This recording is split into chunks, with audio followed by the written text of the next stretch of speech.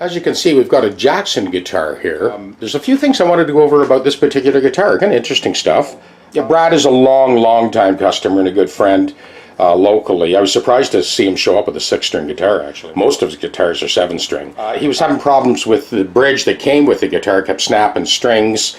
So he ordered a replacement bridge. This bridge has a softer edge at the focal point on the saddles. Yeah, we've swapped it out. A couple other things I wanted to point out about this particular guitar. You see this wheel here? Okay, well that's how you adjust the truss rod on this guitar. It is a 2-way truss rod. You know, I remember when these came out on some of the Japanese guitars in the 60s, and instantly I thought, what a brilliant idea. Like, why aren't all truss rods this easy to adjust? Jackson have kind of taken it to the next level, and the machining on the threads and the adjustment on this is absolutely beautiful. Of course, Music Man is using this type of adjustment too. I just wanted to point that out.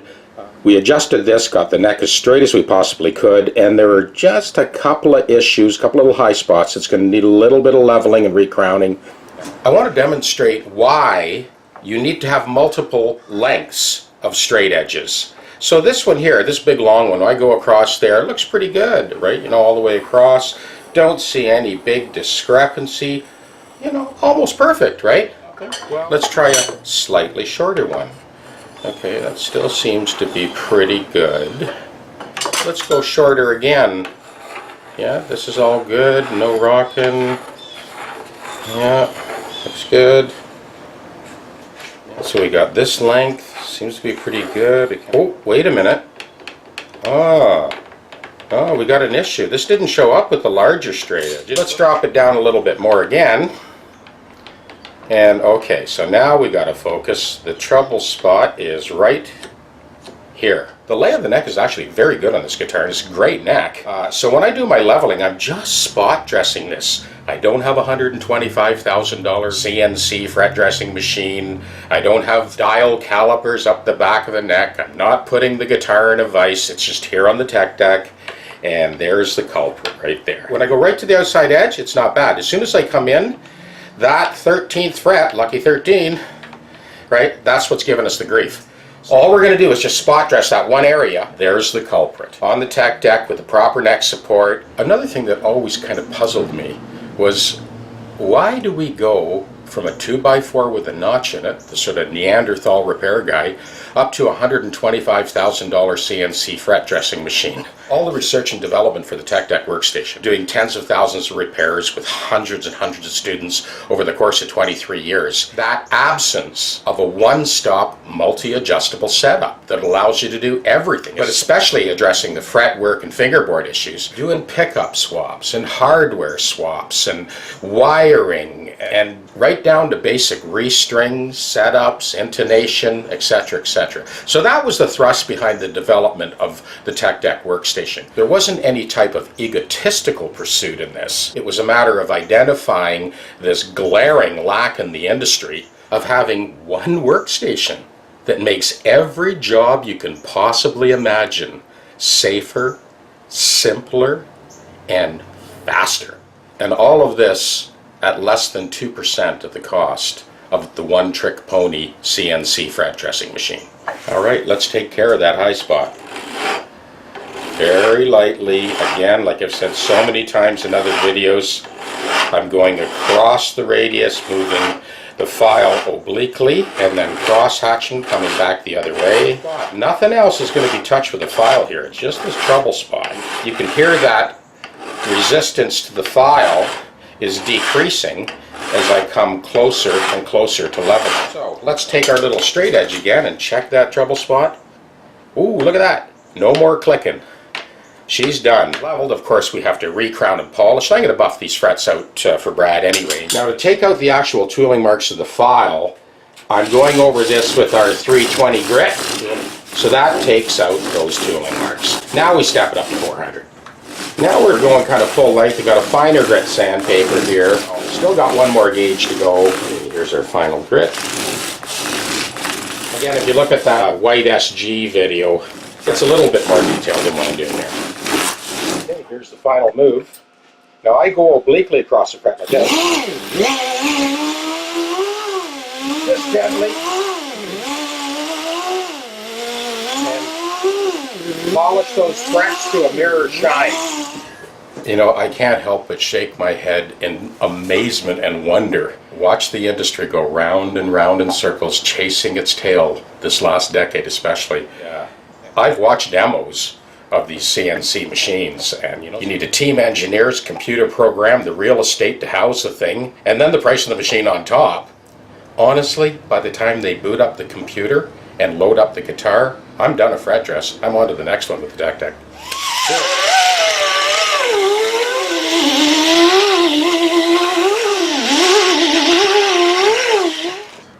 Absolute perfection. They've been buffed to a 1 micron finish. They are smooth as glass. It's a beautiful day out there. Normally I would set up the TechDeck on a Black & Decker workmate under a tree in the backyard, but for your benefit, I'm here in the studio giving you the goods. In the early stages, I had people like tracking me down from Denmark and Australia and the UK and Italy, and some of these guys waited like 6 months to get a TechDeck. Now we're in small production, and with the new workstations, this is going to be very accessible. The Elite TechDeck that you see here, the one I've been using for years and the one that we shipped around the world, it still remains available, but it is a limited production unit, and you will have to wait to get one of these. Very excited about rolling out the new models of workstations that are portable, fold up into a case. You guys are going to love this. I remember reading a quote once about the fact that entrepreneurs and people that are coming up with new ideas, a lot of the time they are driven by a healthy dissatisfaction for the way things are. Hey, no dial calipers, no vices, no CNC'd fret dressing machines. Nope. We got a whole different way of doing things. We will be putting a compensated nut on this one. I got that original nut off, super clean. You can see that it was just kind of floated in there on a bed of super glue. I will clean that all up, get a nice crisp 90-degree edge, and then install the compensated nut. Right, we've cleaned up that mess of super glue and got a nice crisp 90-degree. I've cut that nut blank and put that radius on the ledge, the underside of the ledge. Now we're ready to taper off the crown for the angle of the headstock. We'll file out those nut slots to match the original nut. I'll use that as my template.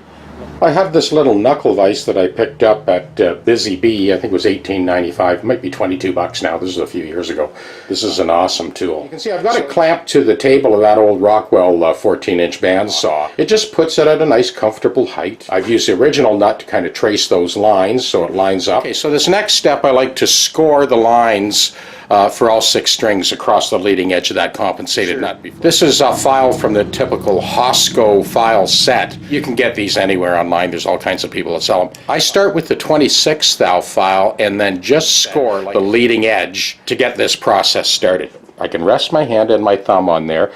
My thumb acts as a fulcrum for the file, so I just score it once on each slot all the way across. Flip it. There's a 50 thou on this side. This is my 6th string. And I'll just open it up a little bit. We're not getting too rambunctious yet. See, these files actually taper. They're a little bit thinner at the leading edge and they get a little bit thicker in the body. So you can use the same file for a couple of different strings. You know, it's all about efficiency and getting the job done in short order. We'll do this one next. I'm just kind of chasing that to the back edge.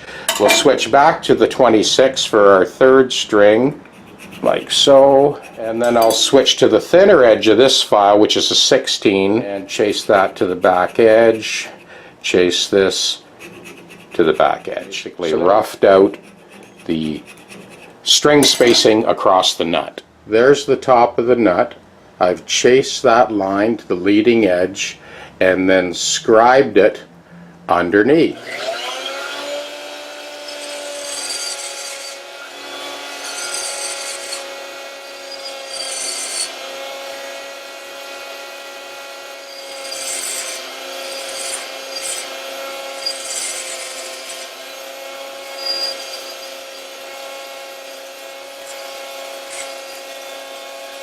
And that is what we end up with. Now this is our rough cut. I'm going to refine this as I go, depending on the gauge of strings and the way the guitar is tuned. Alright, I've chased those slots right to the back edge.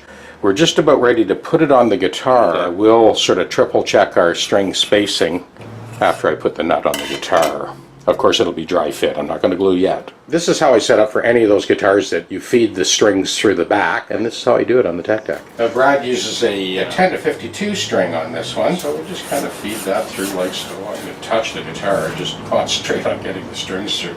As you know, these can be a real pain in the ass sometimes, even just to get the string to go through. No vices or clamps, held gently with the leather straps. It's held by the neck, and the body is just sitting on the leather pad. Kind of feed those strings through like so. I also use this orientation a lot of the time if I'm doing electronics, to take the cavity plate off and reach in behind and juice down those pots and give them a twist while you're doing it to make sure all that lubricant gets right into the pot. I'm not worried about the guitar slipping or getting crushed or shifting while I'm working on it. I can just relax and get to work. Yeah, this is a set of locking tuners that have that little knurled thumb wheel in the back. I'm still a big fan of Leo's original split post. I don't think it was ever much of an improvement on that, but this is a new thing. And I get it. I can see the logic behind it. I choose to kind of put a radius on all of my string winders like this. There's no chance of scoring the finish on the headstock with either side. Just a little trick. Another one of those things you kind of figure out over a half a century working on guitars. See, I've got this headstock right up to chest level. When I do that final filing of the nut slot, this compensated nut, man, I like to have that right up to almost nose level. It's definitely a lot easier on the back. Just going to get that original nut and check that outside to outside spacing. And yeah, she looks pretty good. So now I'm just going to work this a little bit at a time and get the strings evenly spaced across the nut. So it's actually the space between the strings that needs to be even.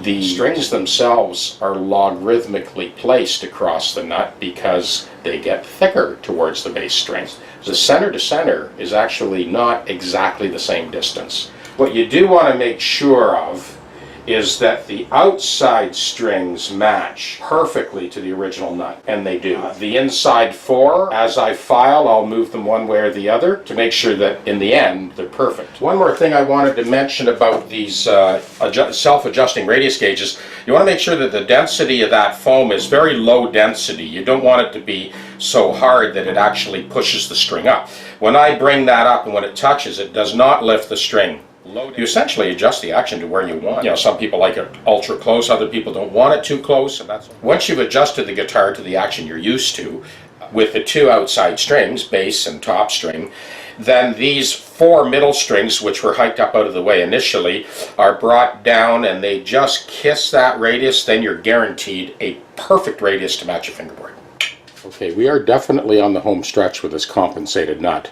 So after walking you through this whole process step by step, now you understand why I charge double the money for a compensated nut, because, you know, quite frankly, it's probably closer to triple the work. Deal. In this case, this guy's got a CGC FAD tuning. So he's got 10 to 52 strings tuned to that tuning. Every single note, full length of the fingerboard is perfectly in. Now this is another thing that I constantly stress in class with the students. There's a reason that you leave this extra bit on the outside. I mean, you've just seen what's involved in the multiple steps we go through to make this perfect, flawless compensated nut. You always want to have that little bit of forgiveness on both sides so that you have that option to adjust it just a little tiny bit. So now is the time to cut the nut to the perfect width. All right, all the finessing has been done. No crazy glue, just regular carpenter's glue, and don't smear it all over the place. You just a little dab will do you. It might be 20 years from now or it might be next year, but you want to be thinking about the next guy that's working on this guitar, because it might not be you, and you want to make it possible to get that nut off without damaging the thing. So here we go. This, as you can see, has been kind of final sanded and softened and determined. All the intonation values have been determined on the nut. You always want to check to make sure that that's perfectly in line. All the rough edges are softened. The string slots have been adjusted to their optimum height. This guitar is tuned to CGC FAD. So this nut, those strings, the lay of the neck, the intonation, the radius, this has all been adjusted for Brad specifically for these strings and this tuning. All right, this one's all done.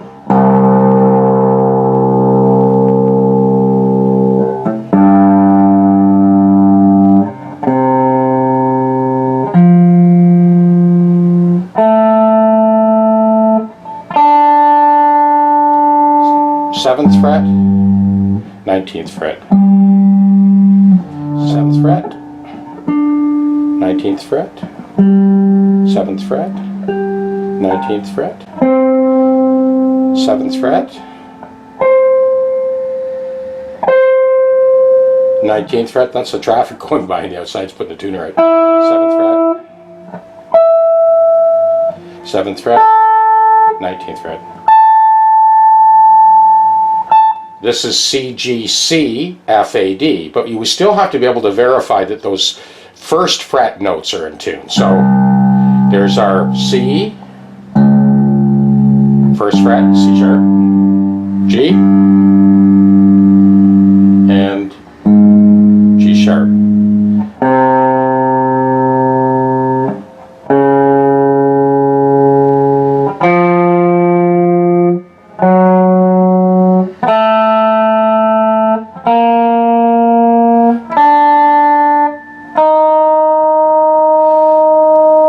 Very little displacement of pitch there, man. That's as close as a guitar could ever be to being in tune.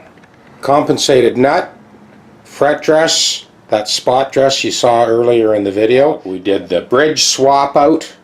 We got the self-adjusting radius gauge, CGC FAD tuning, and that's it. Over and out.